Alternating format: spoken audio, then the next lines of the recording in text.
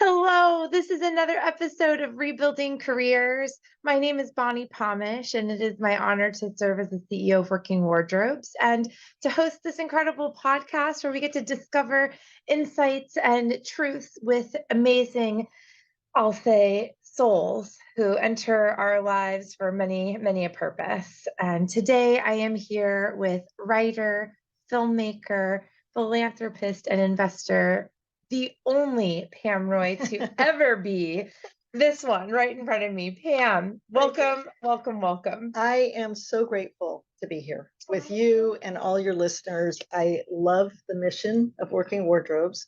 It is very aligned with the work that I'm doing, as well as we have connected around this common mission. And I'm very excited to be here and have this conversation. Oh, me too, Pam.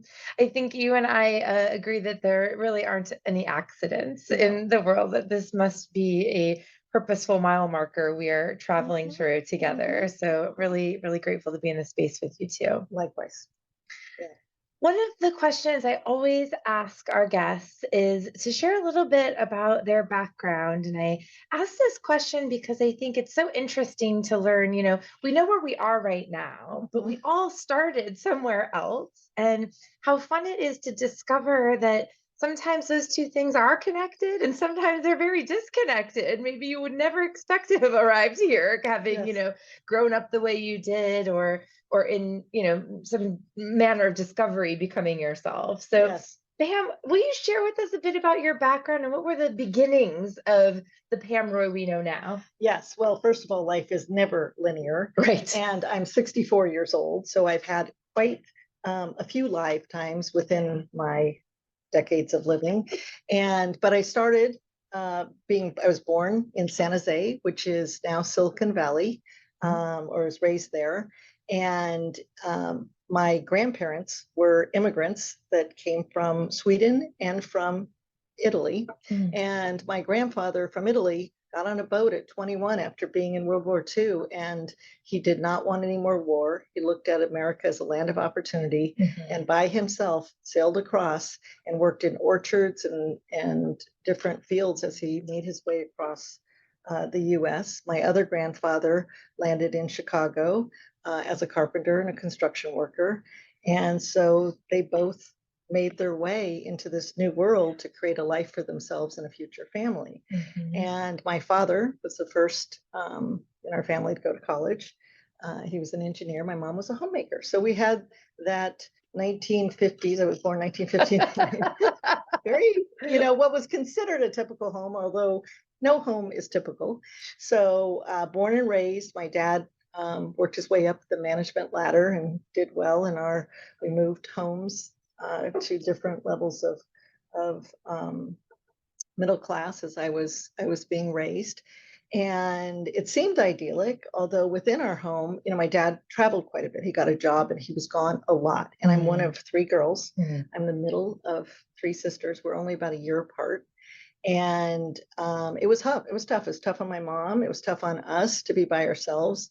And my mom drank. That was her way of coping. And Mhm. so we had to grow up young in a different way through high school. And then when it came time to graduate and do something in 1977, when I graduated, it wasn't college. That this was, maybe some people went to college, but other people went into work. It wasn't defined. And I had a moment of crisis of trying to figure out what I wanted to do, and I didn't know what I wanted to do.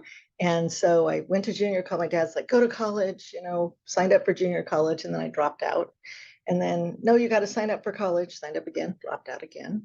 So I'm a double junior college dropout. And then I did end up working and realizing I do want to go to college. And I went to Cal State Chico for a Mhm. year, Mhm. and then visiting some friends down south, and transferred to USC and was a business major, graduated in business.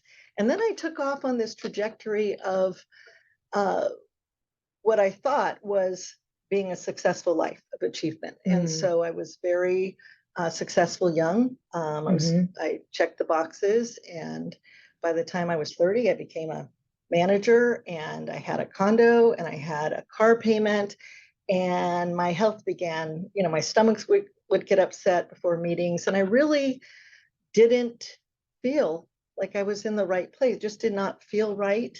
And Something my wasn't body right. was, something wasn't right. I mean, I checked all the boxes. So I was doing everything that society told me was going to be successful. And yet I always was a very family oriented person. I loved children. I volunteered with children on my off days. And so at 30, I literally quit my job without another job, even though I had all these. I just trusted that I couldn't do what I was doing, and I needed to go out there and figure out. Now, I didn't have children. I didn't. It was only me, and I was in a position where I gave 3 months notice, so I had some runway to be able to figure out what I wanted to do. But it taught me a lot. So it's very meandering, my upbringing, as I discovered who I was and who I wasn't, but then having to rediscover, wait, you're not that. Well, I think that's like such an just a profound place to pause for one moment, because there, I mean, you, no surprise, have a lot to share. And that was a very succinct way of sharing a lot of information. I want to rewind for a second, if you don't mind, Okay, and absolutely. go back, because there was something that you started to share that was essentially that you experienced some abandonment in your childhood. And I think many people experience abandonment on a lot of different levels, whether it's through, divorce or an absent parent, Yes. or in the way that you experienced it with your dad traveling a lot, and that sort of absentness creates for children often, right, this sense of Or the abandonment. mom with the alcoholism, that she's emotionally not there. So yes, Yeah. the double. And learning that that's a possible coping strategy that may or may not work.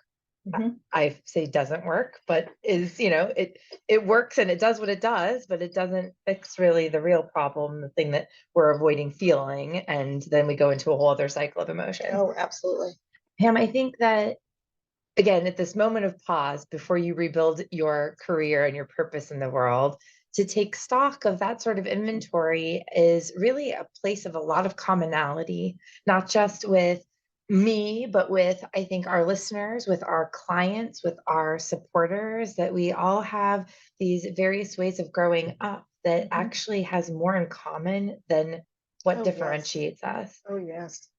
Being raised by, first generation Americans, and I think you described it as later, came for the dream, right? Came for the potential and the land of opportunity, and then to know that that informs a paradigm with which that Absolutely. you approach the world.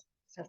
And yet, what I heard you also say is that you were following the formula. You were following the script that, this American dream, this land of opportunity came with an outline of how it should be completed. Absolutely.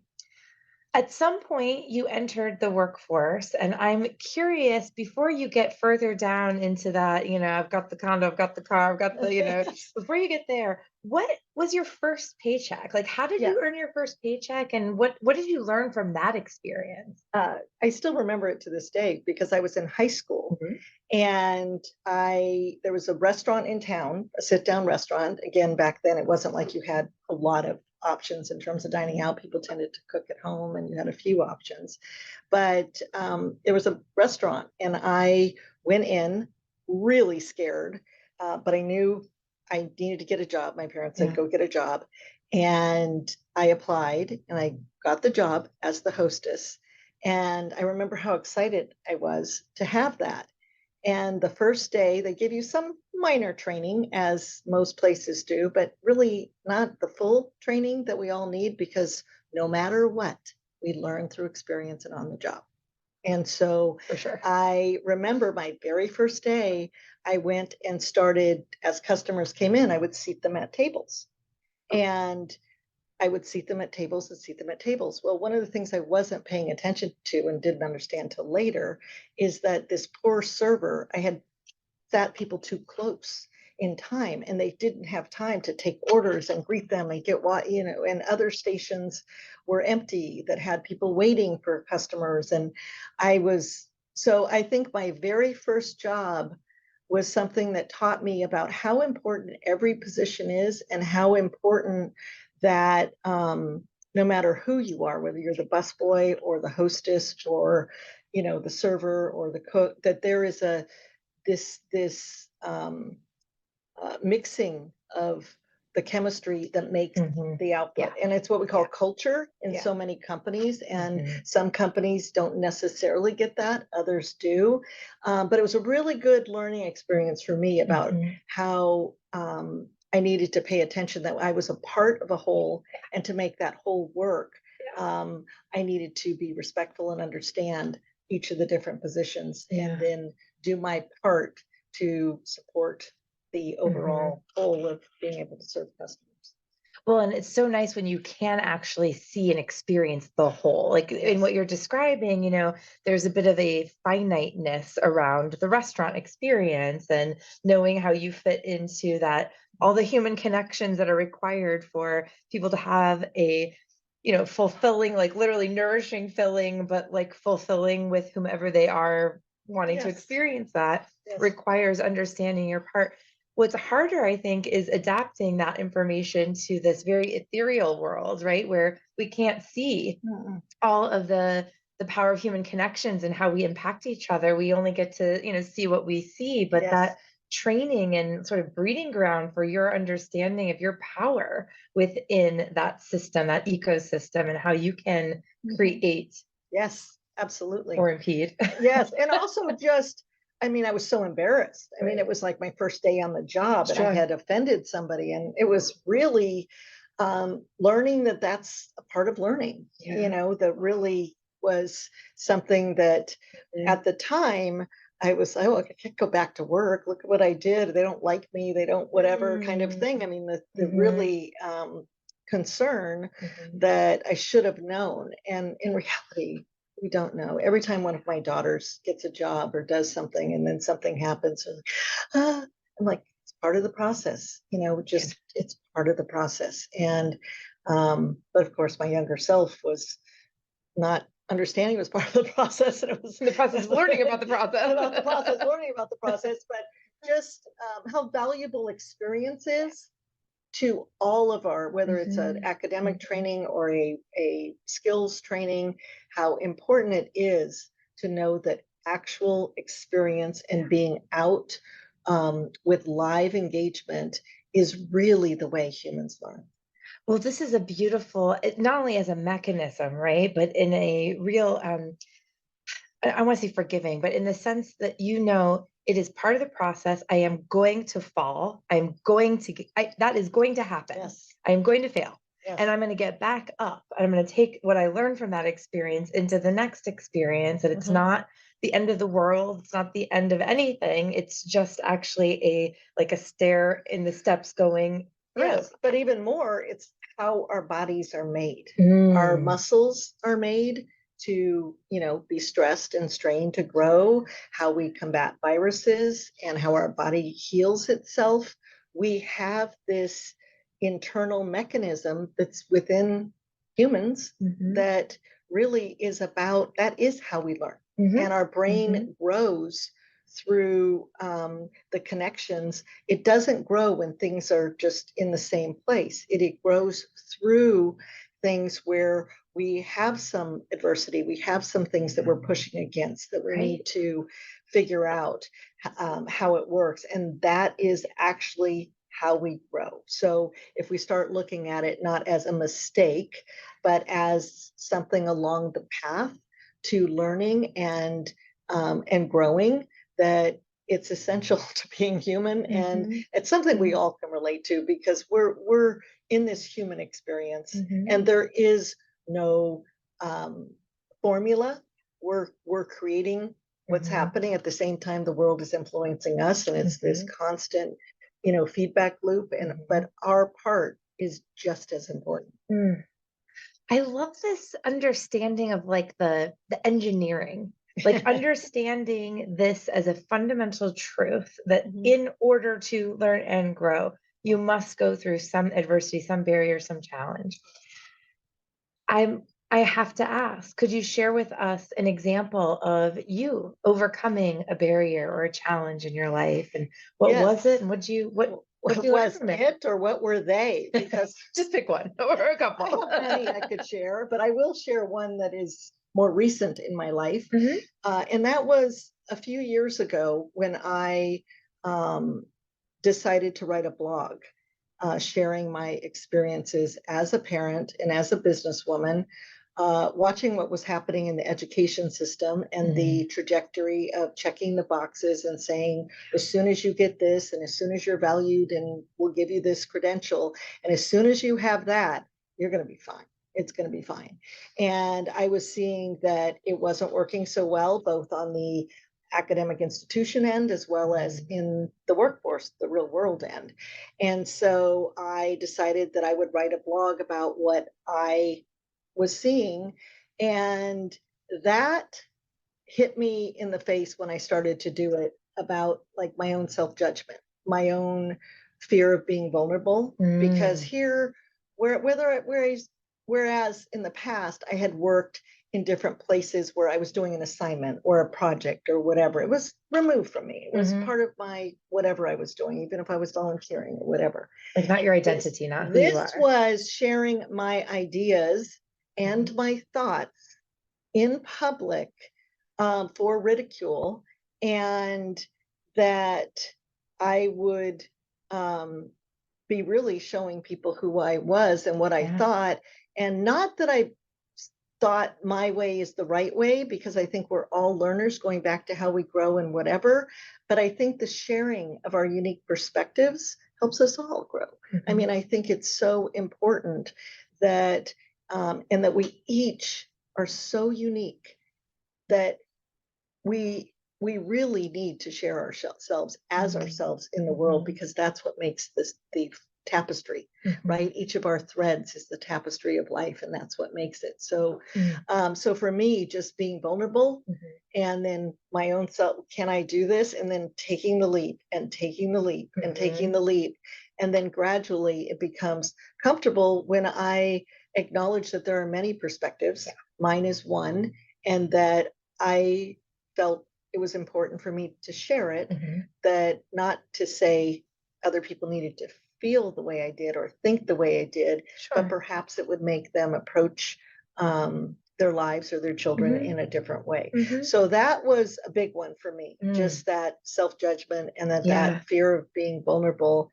And then the only way to go is through. So I just kept doing it, and it turned out to be, people got responses, people were interested, they would share their own stories. We found more things in common than people saying, oh, whatever, although I did get very few, but, oh, she doesn't believe in college, I just don't believe in college for all. I think there's a need, and it needs to be transformed as an institution to respond to our new marketplace, but that I am very respectful that people have different choices and different paths. But I did want to address that everyone has to go to college and get this piece of paper and take on debt, and that will give them a good life. And there are many ways to do that. And that's really what I decided that I would put out there in the world based on my experience. Oh my goodness, there's so much to unpack there.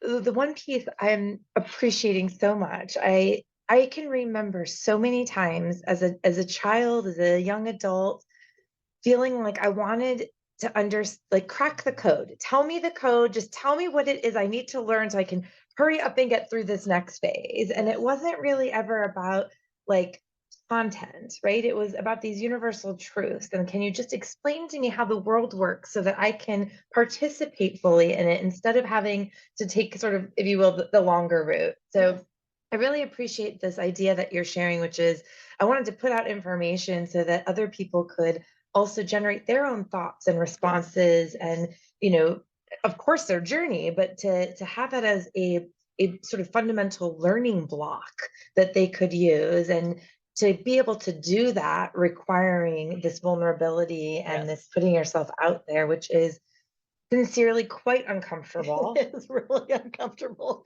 And especially knowing that you grew up the way that you did, and that you probably struggle with some form of perfectionism, some sense of overachieving to feel that Oh, yes. Guilty. Overachieving. Yeah. Hello. Yes, nice to meet you. Me too. So I'm thinking about how that when you talk about overcoming a barrier, that is a huge one to have Yes.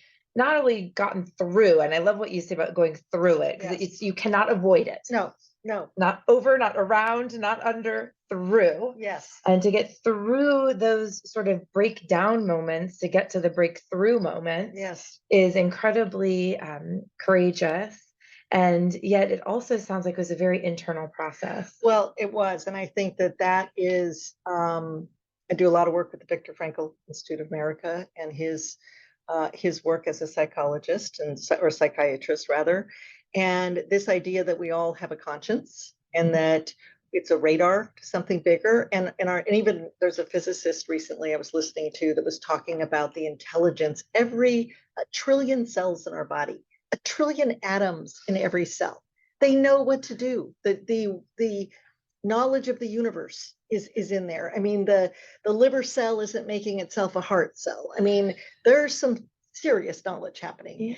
And we also have the voice in our heads, the intuitive feeling, the gut feeling. Mhm. We just have either been conditioned out of it or we deny it or whatever. So I think for me in overcoming it was like learning to trust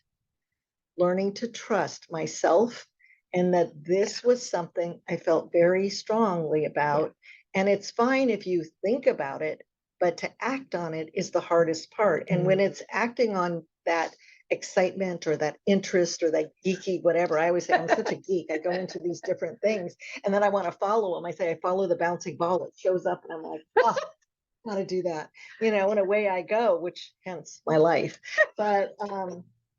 But really, I think it's just so important that we learn to do that because we each have this inner knowing that is so valuable and a much needed contribution to our communities. And we each do it differently. What you do is different than what I can do, just like our cells are different for each of us and what they make it. But we each deserve dignity and we each deserve to be appreciated and respected and heard, even if we have different viewpoints on that. So I think, yes, so it's only going through, but it's also learning to trust that you are an amazing, amazing being here, having whatever human experience we're having. And that if we learn to trust that and for the not just about ourselves, but to take that to share with others, because it's about the self-transcendence. It's not about what do I get from me? I mean, how big's my house? How big's my car? Whatever. It's about, who am I and how am I contributing to my community? Even baking bread with love and sharing it with people. I mean, it's not, doesn't have to be big in the sense that we often define it as, wealth status, whatever. It's really about just the sharing of ourselves. This is a different measuring stick to compare oneself to, right? This, how much have I fully shown up as me with the belief and understanding that one, there's only one me that will ever be. And two, that one me has something to contribute. And I share this belief with you that every human has a purpose to, unfold here in this thing that, and I love the way that you described this, this sort of co-creation process that's unfolding every second, and that I'm contributing to it and it's contributing to me, and that's a cycle we're living in. Trusting in this sort of much bigger, I think about it kind of like a map, like this much larger direction. Let's go back now, if you will, on your own personal journey. And we took pause at you coming into this discovery that what you were doing wasn't feeling aligned with your purpose, that you were feeling something was off. And I'm going to ask this question in a little bit of a nuanced way, which is, it sounds to me like you were about to start over. It sounds to me like you were about to rebuild who you are, how you show up in the world. Will you share with us, how did you approach that? What happened? And I'm thinking about our listeners who have some vested interest in helping people rebuild their careers and maybe have their own sort of journey of self-discovery. And what do you do with that? So, well, and really, career is only one aspect of your life. And I think that sometimes we become too narrowly focused, that that job are the definition of who we are, and we could contribute in many ways. You know, a job can be a means to an end, it could be a calling, and it can be, you know, something that's really a professional career that we've gone into. And I think that you know, discerning that. So I had a personal crisis. It wasn't a career crisis. It was a crisis that I really wanted to be a mom. I really wanted to have kids, and I really wanted to have that experience, but I wasn't making time in my life. And so that moment when I said I can't do this, of course, was night sweats, waking up saying, "Oh my gosh, I have a mortgage. What am I going to do?" And you know, my parents couldn't help me in that, and I ended up just really trusting I need to do this. And you know, I needed to do it by going out in my community and asking for help. So I began talking with people, thinking I would figure out a different avenue that gave me more personal time. That was really my goal at the time, that I could start less travel, being around more, so I could go out and date and do all the stuff you need to do. And so that's what I did. I reached out to my community and started asking people that I worked with in different areas, that asked them for their time and what they were doing and what kind of opportunities they saw. And it just began to unfold. I had clients call and say, "Oh, can you just do this project? And can you just do that?" And suddenly I was a consultant at a time that this gig economy, freelance economy really wasn't a thing, but it became a thing to me. And then I had a big crisis because I would be done by 6 o'clock. I would have whatever, I'd be home. It wasn't the, you know, 24 hours a day being focused on what I was doing or traveling or whatever. And I had all this space. What do I do? I mean, that's another crisis, you know. Suddenly you think, oh, that's desirable. But in many ways, it's when you're so used to being busy and having that space filled up with check, check, check, check, that suddenly it's wide open. What do you do with yourself? And that was really that reinvention of I spent a lot of time in nature. I rode my bike. I met with people, and it just unfolded. I mean, just trusting it. It wasn't this linearity we have in life is such a sad thing to me to see, how people think if I just do X, Y, and Z, then this happens. And especially if it's something that is what our society determines. And, you know, really the faster we're going, the harder it is for so many people, and in different ways, whether it's emotional, career, you know, whatever. And so, yeah, so it really was going out in my community and starting to get those connections and support for who I wanted to be. Because of course, then you have the other one, no, don't do that. Oh my gosh, how are you going to pay your bill? You know, whatever.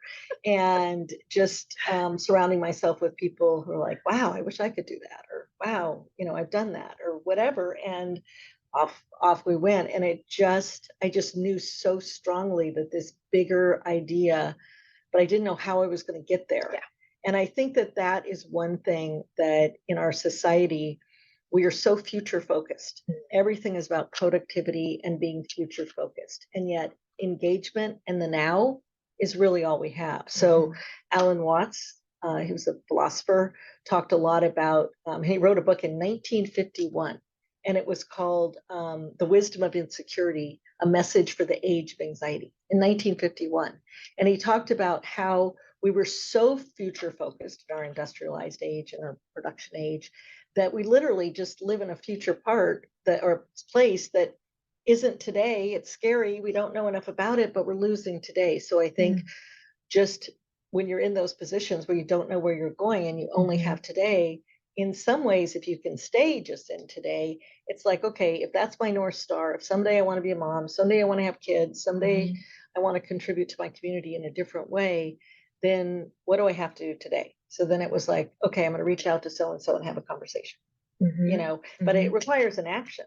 You know, it's not about sitting and dreaming about it and saying, oh, I want to do this. It requires that effort that goes out. But I just started not worrying about how I was going to get there, but that I had that North Star and I would just figure it out within this ecosystem that was out there and available to me, that's always available. Our communities are always available to us. We are just so busy and so siloed, going from work, school, home, whatever, that we don't have that interactive connection that really helps, which is what is so beautiful about Working Wardrobes and this connectivity that is the paycheck at one point, but whether that lasts, who knows, but it's about that community that surrounds them to help them with the clothes and the career counseling and the walking alongside. That's my book, is Parenting from the Passenger Seat. And it's about that, is that we can never be the driver of somebody else's life, but we can sit in the passenger seat and ride alongside and cheering them on and let them discover as we go along. But it's only in the moment. There's no future. We make the future. It's unknown and unknowable. It's what we create, but we don't create it in a vacuum like, oh, I want to do whatever. We live in a culture and a community and a whatever that has tremendous influence over us. And I think really understanding that and appreciating that we are important no matter what, but it's not about what we're going to get from it. It's about what we want to do to contribute to that greater whole that in turn comes back and enhances and fulfills us. What's beautiful too about that is that the individualization of those desires and that consciousness coming out of us is also its own unique thing. And that trusting in the calling, if you will, trusting in the desire, maybe is a better way to say it, right? And you had this desire speaking to you and you listened. You were in the moment to actually not just be brave in the sense of creating it, but being vulnerable with yourself to acknowledge it and let it be true. And then I heard you share that you did something which, by the way, I'm not good at this, which is to ask for help. You said, I really connected with my fellow humans that might have something a door to open, wisdom to impart, and to do that kind of connecting required you to not get so focused on the future, but to be here in the present moment, receiving, investigating, engaging, learning, all of that. Which becomes easier. And I actually have my mother as the model. So when I was 20, I went back home and it was really a tough time. My dad had decided this isn't going to work. Your mom's drinking. My mom was upset. Her family's her life. And I just went home. I went for a jog and a neighbor told me my mom had been to different rehabs that hadn't worked. And I just went home and I just said, Mom, this is your call. It's your choice, but you're not going to have the family that you love so much if you don't decide to make this commitment. And I'm going to dial, but I can't commit you because you can't commit somebody. And I did. And my mom ended up, she's now going to be 95 this year. And so at that time she was 50. And so she has been sober for all those years because it was more important to her, something bigger, that she made the choice. And, I've certainly had other family members that didn't make the choice because whatever we saw as something bigger, they didn't feel was something bigger. So I think when you have that something bigger, like I knew I wasn't going to spend the rest of my life in a corporate job, managing, that was just empty for me.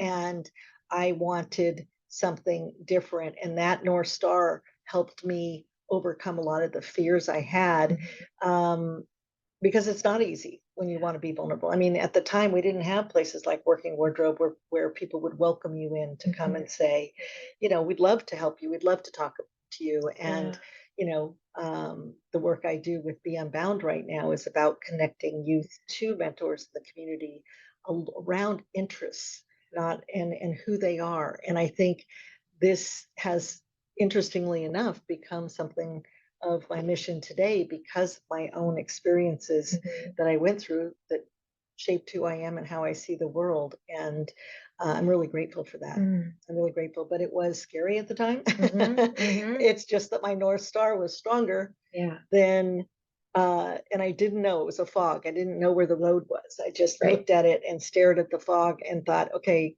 I see the star, but I don't know where I'm going. And and then pulled it back to today and said, okay, I'm just gonna go to lunch with so and so and see, Yeah. and then, oh, so and so, why don't you talk to so and so, Yeah. and then it just began to Mhm. unfold. And but it required that trust that I knew that Mhm. I was on a different path, which of course now has led to things I never could have imagined, Right. and has been very fulfilling. There's a beautiful, I guess, metaphor that kind of ties in with parenting from the passenger seat, which is something to the effect of when you set the course, let's say to drive from Orange County to Phoenix, Mhm. that you cannot see the path. You No. cannot see the end point. You cannot see past, if it's night, you can't see past your headlights, right? You can only see so far on the journey. And what you described as that North Star, that destination point, is that having faith that it's there. Like I can't see Yes. that Phoenix is ahead of me, but I have faith that it is there. Mhm. And bit by bit, in the present moment, getting Yes. closer and closer. Your books, I have to say, this book is phenomenal and such an unexpected discovery for me. Mhm. I loved so much every morsel, and you've touched That's on grateful. so many of these morsels. The work of Viktor Frankl to create this sort of paradigm with which you approach thinking and the world and how we interact with it. Then this idea that every human is worthy and Yes. every human has something to contribute, and what a just delight to unlock that and Hmm. tap into that, Hmm. and to do that through the power of human connection Hmm. as the parent in a relationship, to be in that passenger seat and honoring the humanity that is your child. Yes. In a different relationship, maybe it's, mentor mentee, Oh, boss yes. employee, Yes. friend, colleague, just whatever that Yes. relationship is. Yes. You said honoring that this is your life, you're driving. Hmm. I'm happy to help and connect and navigate and provide, but it's your Hmm. it's your drive. Yes. And I think that goes to the responsibility, which is a Oh, huge thing, yes. um, is that we are responsible for our existence. And, Mhm. fate is huge. It's right here. Things happen. And then we have this little tiny little space that's where our ability to respond is. And that's the space when we can operate in. Yeah. And I think it's and going back to your point about driving to Phoenix or whatever, that you can't see ahead. There's a famous career theorist. His name is John Crumbolts, and he came up with the theory of planned happenstance. And he's Planned happenstance. happenstance because what happens when we're so focused on a goal that we're driving, we're pushing, we're towards something that we perceive is where we need to go. And yet, if you talk to people about their lives, so much of what happened, where they met their spouse, where the job they got happened unexpectedly because of a detour that happened that they didn't expect. It's my oldest daughter. She's a speech therapist, and she was doing her internship, and she really wanted to be at this one facility for her internship. And COVID hit, and all this stuff was going on, and she couldn't get there. And this other one popped up, and she was like, "Oh, really? But I'm going to do it because this other Yep. one's not available." Yep. And she met her husband, and it was it was something that, if it had been her druthers, this other Mhm. place Yeah. would have been what she thought she needed to do. Right. And yet the pivot, and I talked about this as well, the art of the pivot, we have to know how to listen to when to turn and to change, because life is not a linear, as I've been saying. It's meandering, it's twisting and turning, and Mhm. left turns and right turns, and it's really just trusting. I mean, I call it the bouncing ball. My ball really when it bounces, and I say, is this something that I really feel I need to get involved with? And then I respond to it. Yeah. But I also have the choice to say, nope, I can't take Mhm. this on right now. Yeah. But again, it's just honoring that you might be driving to Phoenix, but you might see a road sign that says, hey, I got a dinosaur, you want to come see it? Take a right. You Yeah. don't, if that's what you're thinking, or I need a break, take a rest. I mean, there are Mm. so many things in life that happen through happenstance, that in some ways that mystery of allowing it to unfold is so beautiful Yeah. and so critical to the adventure of life, Yeah. right? Hmm. Undoubtedly. I think as you're talking, I'm thinking like I'm getting better at this. Well, I haven't nobody's mastered. perfect here. Like I will tell you, I am also not perfect at it. I do my best, but yes, frequent stumbles along the way. But Yeah. yeah, Yeah. yeah, There are so many examples of accepting those. I love the dinosaur example where, like, just like accepting those moments on life's path. Whether you're a parent or not, I strongly, strongly, strongly encourage reading Pam's book.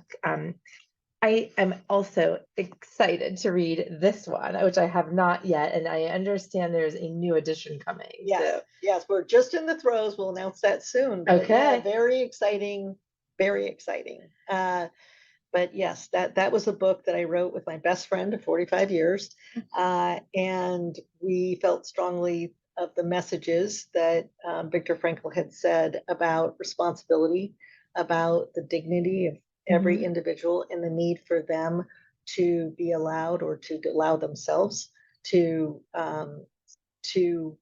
follow their conscience Yeah. and do what they believed, even though someone else would have a different view or a different Mhm. belief. If we one of the sections in there is called tolerance. Mhm. And it's about if you believe you're following your conscience and somebody else believes they're following theirs, how do you know which one is right? And if you don't know which one is right, it requires a humility and a tolerance to say, okay, given your situation, I can see how you see that differently. My experience and my background Mhm. is different. I can't see it your way that I didn't live, but I can have empathy Mhm. and I can listen and I can learn. And if we had that, imagine our world, right? Oh, yes, it would be, yes, a much better, I think, world. I'll leave it with Yes, that. I think we're getting there. We're working on it. Yes, yes. Definitely. Where I think more people are really feeling this deep, deep Yeah. need Yeah. to be connected to each Mhm. other, to our Mhm. earth, Yeah. to this greater whole that Yeah. we are a part of, and realizing that it takes the uniqueness of each of us to really create the vibrancy. Mhm. And Mhm. Howard Thurman, I posted this recently on one of my social media um, posts that he was a civil rights leader. He said, don't ask what the world needs. Ask what makes you come alive and go do that. Because what the world needs is more people who come alive. I think we have to end there. And this is an invitation to come and do more of what Oh, makes you alive. yes. Oh, I'm thrilled to be here. I'm thrilled to, of course, partner with you in all of these things that I know we're aligned, and it's a pleasure. I'm very mm, grateful for the opportunity, and really honored for the people who listen. And you are worthy. You are important. You have a task just as you are. You don't need to go and become. So you're not broken. You don't need to be fixed. You just need to really listen to yourself and follow that inner pull towards what makes you you. this has been another episode of Rebuilding Careers. Thank you so much for joining Pam Roy and myself today. It's been a pleasure.